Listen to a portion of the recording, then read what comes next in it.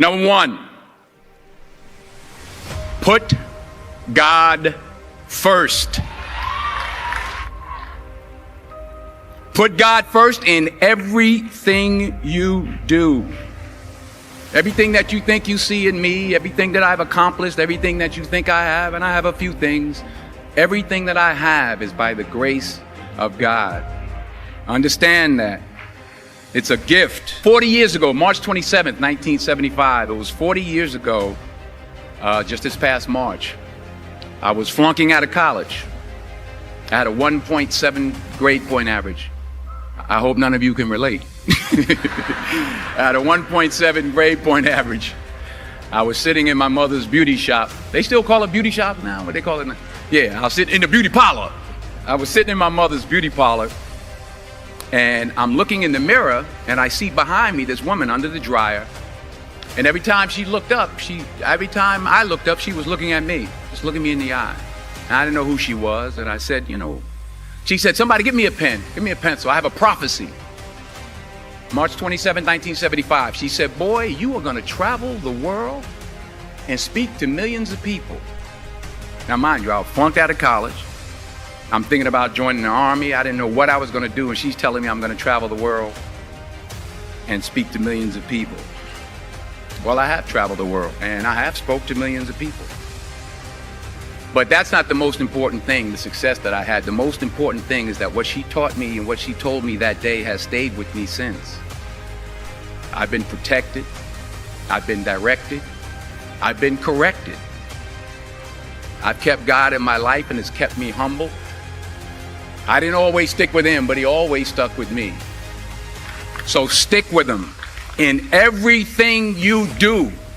If you think you want to do what you think I've done, then do what I've done and stick with God. Number two, fail big. That's right. Fail big.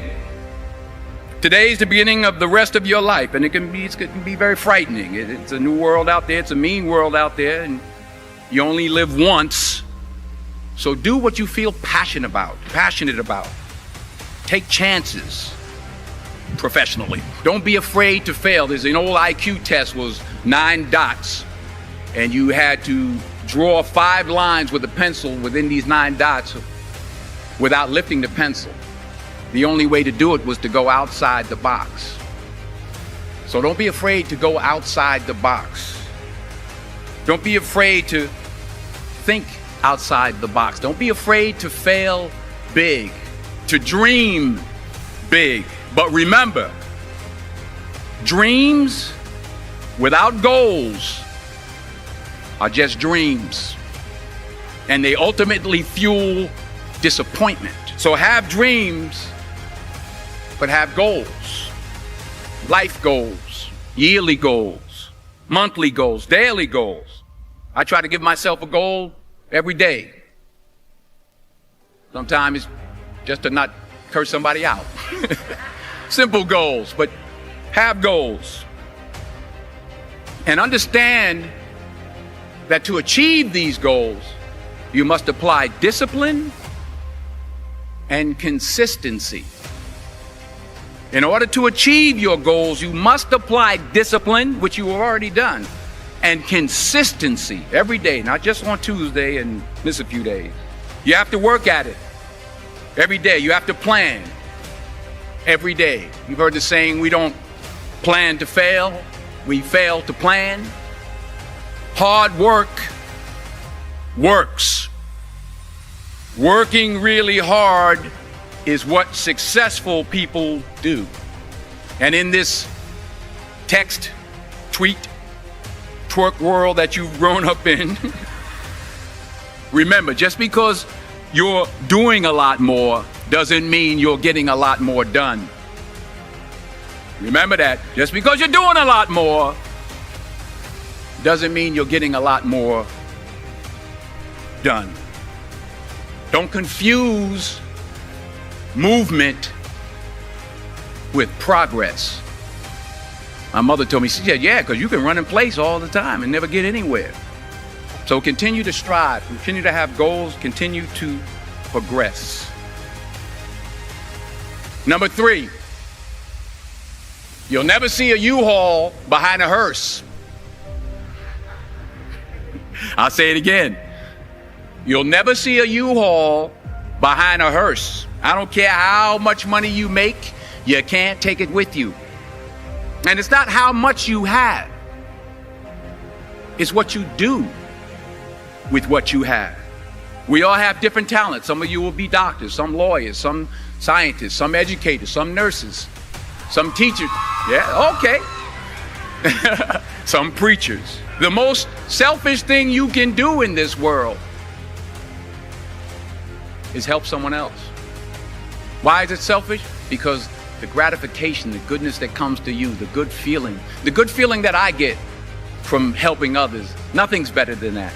Not jewelry, not big house I have, not the cars, but it's the joy. That's where the joy is, in helping others. That's where the success is.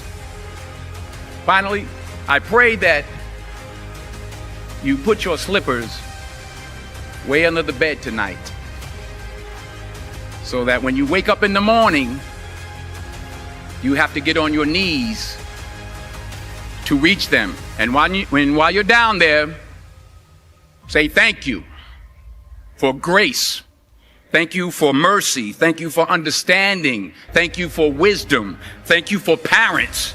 Thank you for love. Thank you for kindness. Thank you for humility. Thank you for peace. Thank you for prosperity. Say thank you in advance for what's already yours. That's how I live my life. That's why I am, one of the reasons why I am today.